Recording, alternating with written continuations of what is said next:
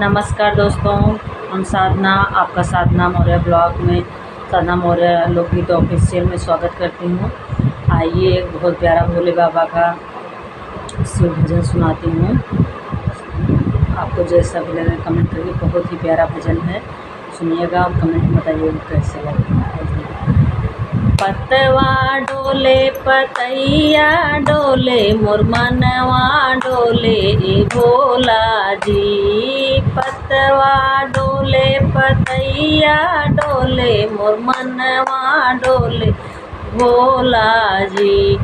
टोला मोहल्ला पागल कहेला दर्शन दे दाए भोला जी। टोला मोहल्ला पागल कहे दर्शनवा तू दे जाहे भोला जी। पतवा डोले पतैया डोले मोर मनवा डोले हे भोला जी। टोला मोहल्ला पागल कहेला दर्शनवा दे दाए भोला जी। पागल टोला मोहल्ला पागल कहेला दर्शनवा दे दाए भोला जी। तनवा सुनी सुनी मनवा रोएला काहो करिए भोला जी।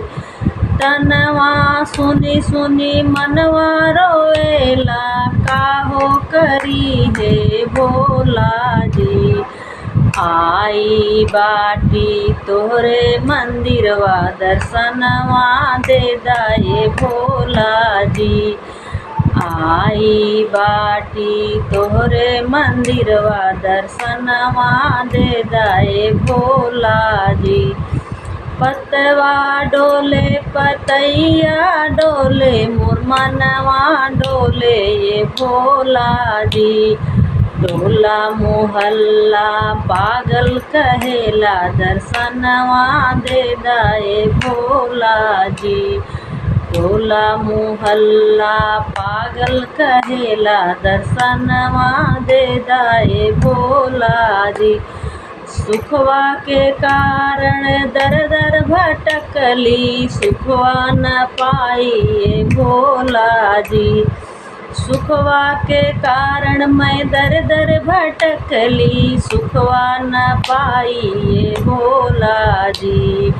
दर्शन बिना जीवन सूना लगेला दर्शनवा दे दाए भोला जी।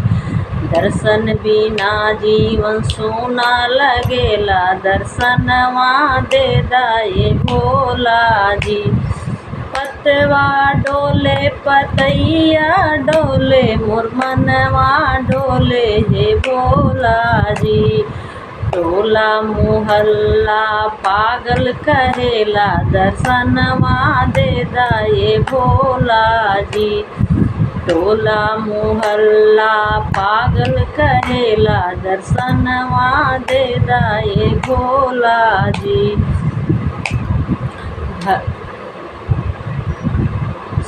मांग का सिंदूर दे दा मंगवा का विदिया भोला जी। मांग का सिंदूर दे दा मथवा का विदिया तोहरा से मांगी जी। साँझ सवेरे हम जगाइब भजनवा दर्शनवा दे दाए भोला जी।